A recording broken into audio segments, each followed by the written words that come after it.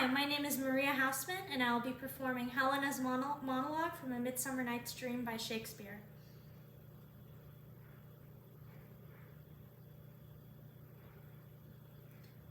How happy some or other some can be.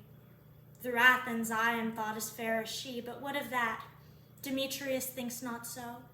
He will not know what all but he do know, and as he errs, doting on Hermia's eyes, so I, admiring of his qualities. Things base and vile, holding no quantity, love can transpose to form and dignity. Love sees not with the eyes, but with the mind, and therefore as winged Cupid painted blind. Nor hath love's mind of any judgment, taste, wings and no eyes, figure unheedy haste. Then therefore is love said to be a child, because in choice he is so oft beguiled, as waggish boys and gain themselves forswear, so the boy love is perjured everywhere. For ere Demetrius looked on Hermia's eyne, he hailed down oaths that he was only mine. And when this hail some heat from Hermia felt, so he dissolved, and showers of oaths did melt.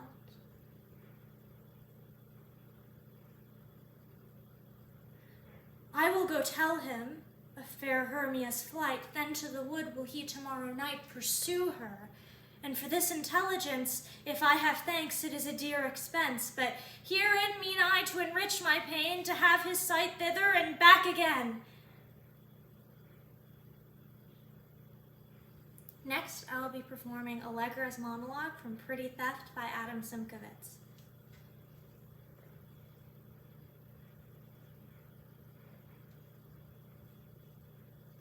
I know you're probably mad at me for leaving before the funeral, but I just can't do it.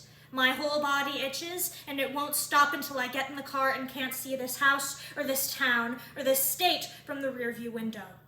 This way is better. This way I can come back from my trip and go straight to school, and you won't have to look at me or think about me. You can tell people you have a daughter, but you won't have to see me on the couch or talk to me on the phone.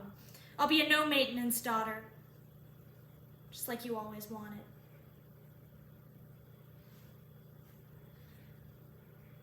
I'm gonna go now.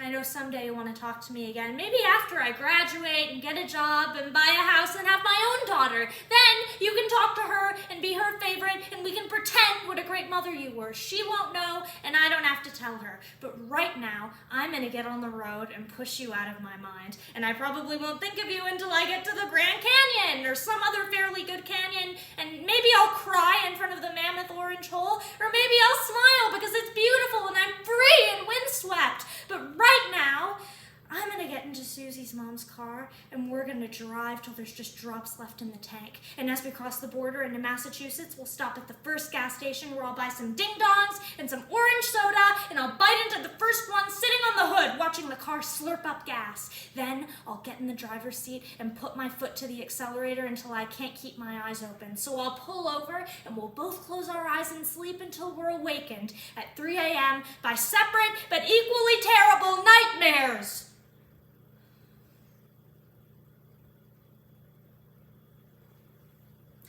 Next, I will be reading a poem that I wrote called Rotting.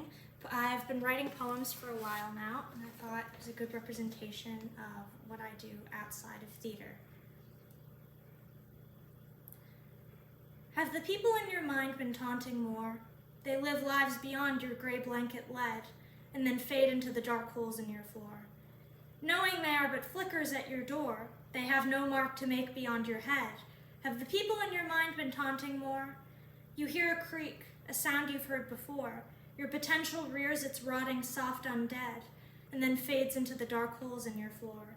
The lives unlived consume you at your core, their voices seen in mirrors far ahead. Have the people in your mind been taunting more? Airless beige, too deadly to ignore, feels safer than the futures kept in bed, and then fades into the dark holes in your floor. Do these questions haunt you with dull roars, and make you wish the skies that fell were dead? Have the people in your mind been taunting more, and then fade into the dark holes in your floor?